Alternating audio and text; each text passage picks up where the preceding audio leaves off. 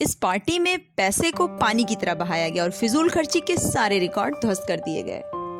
इस तरह की पार्टी न कभी किसी देश ने पहले की थी, न किसी ने बाद में करने की हिम्मत की। नमस्कार दोस्तों, आपका बहुत बहुत स्वागत है मेरे चैनल दिशा पर। आज की मेरी ये वीडियो बहुत ही रोचक होने वाली है, जिसमें ऐसी पार्टी के बारे में मैं बताने जा रही हूँ जिसके बाद उस देश के लोगों ने वहाँ की सत्ता को जड़ से उखाड़ फेंका। आज की ये मेरी वीडियो आपको अच्छी लगे तो प्लीज इसे लाइक एंड सब्सक्राइब जरूर करें और कमेंट करके अपने एक्सपीरियंस जरूर शेयर करें कि ऐसी पार्टी के बारे में आपके क्या विचार हैं। इस पार्टी में पूरी दुनिया के रेस्टोरेंट के स्वादिष्ट व्यंजन, महंगी से महंगी शराब, 5 सितारा होटल वाले सुख सुविधा, यूरोपियन डेकोरेशन और सबसे बड़ी बात, इस पार्टी में आने वाले मेहमान थे शहंशाहों से लेकर बादशाहों तक और प्रेसिडेंट से लेकर प्राइम मिनिस्टर तक। लगभग 65 कंट्रीज के हेड आए हुए थे इस पार्टी में। आपको ये जान के काफी हैरानी होगी कि ये पार्टी किसी 5 स्टार या 7 स्टार होटल में नहीं बल्कि डेजर्ट में दी गई थी। पार्टी केवल 3 दिन के लिए थी और 3 दिन के लिए पूरे रेगिस्तान को पूरी तरह से जन्नत बना दिया गया था।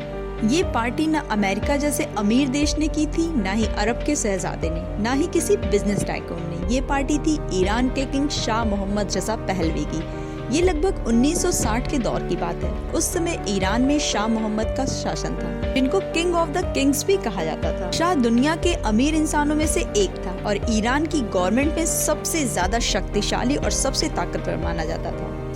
लगभग वो सारी पावर अपने हाथ में रखता था। बैठे बैठे किसी भी प्राइम मिनिस्टर को हटा सकता था, संसद भंग कर सकता था, किसी भी वक्त युद्ध का ऐलान कर सकता था। वो अपने खिलाफ एक भी अल्फाज बर्दाश्त नहीं कर सकता था।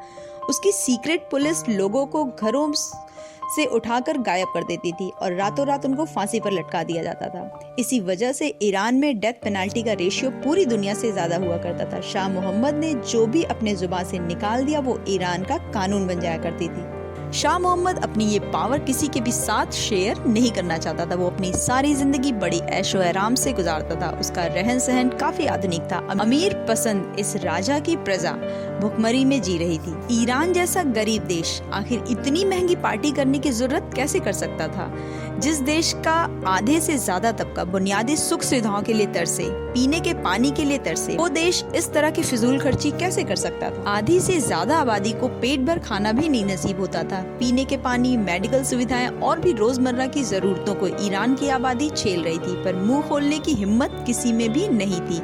ईरान में प्राथमिक सुविधाओं की बहुत ज्यादा ही जरूरत थी, पर इन सारी परेशानियों से निपटने की बजाय शाह मोहम्मद पहलवी के दिमाग में कुछ और ही खेल चल रहा था। दुनिया भर में ईरान का जबरदस्त प्रभाव दिखाने के लिए उसने ये पार्टी रखी ताकि बड़े बड़े देश ईरान की तरफ आकर्षित हो जाए। उसका प्लान ये था कि इस पार्टी की वजह से ईरान की ग्लोबल इमेज अच्छी हो सकेगी। शाह मोहम्मद पहलवी ये जरा भी नहीं भाप सका कि यही पार्टी एक दिन उसकी सत्ता को उखाड़ फेंकेगी। चूँकि ये पार्टी केवल 3 दिनों के लिए ही थी, पर उसकी तैयारी लगभग 1 साल पहले ही शुरू कर दी गई। इसके लिए एक टीम का गठन अलग से किया गया।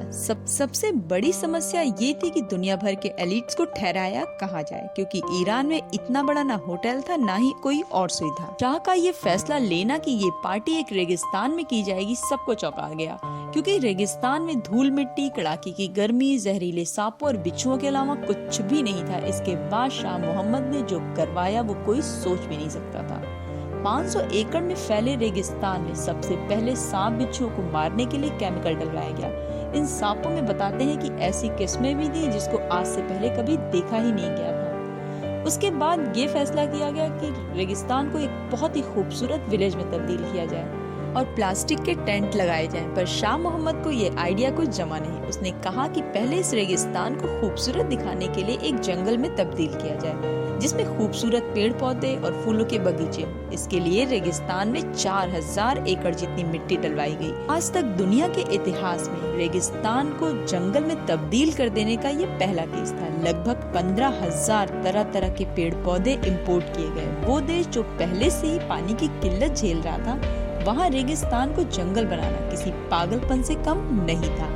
पानी की खूब बर्बादी हुई, वो भी केवल 3 दिन की पार्टी के लिए। महीने भर के अंदर जंगल बनकर तैयार हो गया। वो अपने देश में आए मेहमानों को ऐसा एक्सपीरियंस देना चाहता था जो उन्होंने सपनों में भी ना सोचा हो। खुशबूदार फूलों से पूरा जंगल महक उठा था, पर इस सिरफिरे मोहम्मद शाह को अभी भी कुछ कमी लग रही थी। वो कमी थी जंगल में पक्षियों के ना होने की। पूरे 50,000 सॉन्ग बर्ड्स और 20,000 स्पैरोज यूरोप से इंपोर्ट किए गए, जिसने पूरी दुनिया को फिर से चौंका दिया। ज्यादातर बर्ड्स इवेंट से पहले ही मर गए। अपने अनुकूल वातावरण ना पाकर ये सरवाइव नहीं कर पाए। पेरिस की एक कंपनी को एयर कंडीशनर स्वीट्स बनाने का ऑर्डर दे दिया गया। हर एक स्वीट्स में 2 बेडरूम, 2 बाथरूम, सिटिंग रूम्स और किचन बनाया गया। हर स्वीट्स के साथ 5 रसोइये और 20 नौकर हर समय मौजूद रहेंगे, ऐसी व्यवस्था की गई। ये लग्जरी स्वीट्स पेरिस में ही बनाए गए, फिर कई 100 प्लेन की मदद से ईरान में लाकर असेंबल किया गया। टोटल 50 स्वीट्स को 160 एकड़ के एरिया में बना लिया गया, वो भी सिर्फ चंद महीनों में। वो रेगिस्तान जो गर्मी से उबलता रहता था, वहाँ अब खूबसूरती ही खूबसूरती थी चारों तरफ। वहाँ अब forest, perfume garden, golf course बना लिए गए थे, वो भी मात्र 3 दिनों के लिए। मामला भी इतने पे भी समाप्त नहीं हुआ था। दूर दूर तक फैले रेगिस्तान में सामान पहुंचाना काफी मुश्किल था, जिसको आसान बनाने के लिए शाह ने 50 किलोमीटर की दूरी पर एक एयरफील्ड बनवाई और साथ ही एक हाईवे भी कंस्ट्रक्ट करवाया। पार्टी में परोसे जाने वाले खाने के लिए शाह ने दुनिया भर के बेस्ट रेस्टोरेंट के साथ डील की। पेरिस के रेस्टोरेंट मैक्सिम डे पेरिस ने पूरे 2 हफ्ते के लिए अपने सारे रेस्टोरेंट को बंद करके यहाँ पर सर्विस दी थी। 10 दिन पहले ही अपने वेटर, शेफ और कुकिंग इक्विपमेंट्स को यहाँ पर शिफ्ट कर दिया था। छोटी से छोटी चीज खाने की पेरिस से मंगवाई गई। टोटल 18 टन वजनी खाने का सामान पेरिस से ईरान मंगवाया गया। यहाँ पर हर वो चीज मौजूद थी जो मैक्सिम डे पेरिस में सर्व होती थी। खाने के साथ साथ 12 टन वजनी महंगी से महंगी ड्रिंक भी पेरिस से ही मंगवाई गई। और हद तो तब हो गई जब लोगों को पता चला कि ड्रिंक में डालने वाली आइस क्यूब भी पेरिस से ही मंगवाए गए हैं। अब बारी थी इस इवेंट के सिक्योरिटी की, क्योंकि इस पार्टी को लेकर ईरान के लोगों में काफी गुस्सा था और शाह को ये बात अच्छे से मालूम थी। इसीलिए पार्टी में आए मेहमानों की सिक्योरिटी के लिए लगभग 65,000 आर्मी सोल्जर्स को तैनात किया गया। जिन्होंने भी इस पार्टी के खिलाफ आवाज उठाई, उन्हें उठाकर जेल में डाल दिया गया। पार्टी के पहले ही पूरे ईरान में लॉकडाउन लगा दिया गया। ईरान के बॉर्डर्स को बंद कर दिया गया।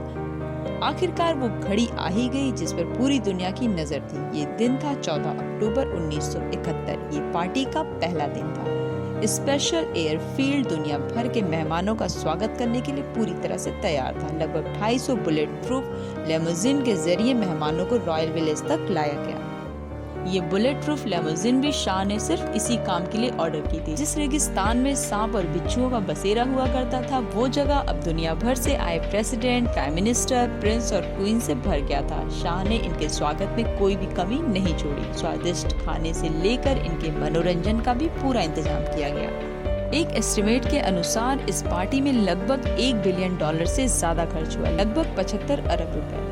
वर्ल्ड मीडिया में शाह मोहम्मद पहलवी अपनी शानदार पार्टी की वजह से पूरी दुनिया में छा गए। पूरी दुनिया इस पार्टी की दीवानी हो गई थी, पर आखिरकार में वही हुआ जिसका अंदेशा था। इस पार्टी के बाद ही ईरान में वो क्रांति आई जिसने शाह मोहम्मद की सत्ता को जड़ से उखाड़ फेंका। शाह भागकर इजिप्ट चला गया। 1 साल बाद ही उसकी डेथ हो गई वहाँ पर। ये एक ऐसी पार्टी थी जिसने ईरान के लोगों को खून के आंसू रुला दिए और शाह मोहम्मद पहलवी की सत्ता को इसीलिए उन्होंने उखाड़ कर बाहर फेंक दिया। वो एक कहावत तो हम सब ने सुनी है ना कि पैर उतनी ही फैलाइए जितनी लंबी चादर हो, और जो भी इसको फॉलो नहीं करता उसको मुंह की खानी ही पड़ती। और यही हुआ इस शाह मोहम्मद पहलवी के साथ भी। वीडियो आपको अच्छी लगी हो तो प्लीज इसे लाइक करें, शेयर करें। चैनल पे नए हो तो सब्सक्राइब करें। मेरे चैनल से जुड़ने के लिए बेल आइकन को प्रेस करना बिल्कुल भी ना भूलें। मिलते हैं फिर एक शानदार कंटेंट के साथ मेरी नेक्स्ट वीडियो में। Till then bye bye, take care and thanks for watching.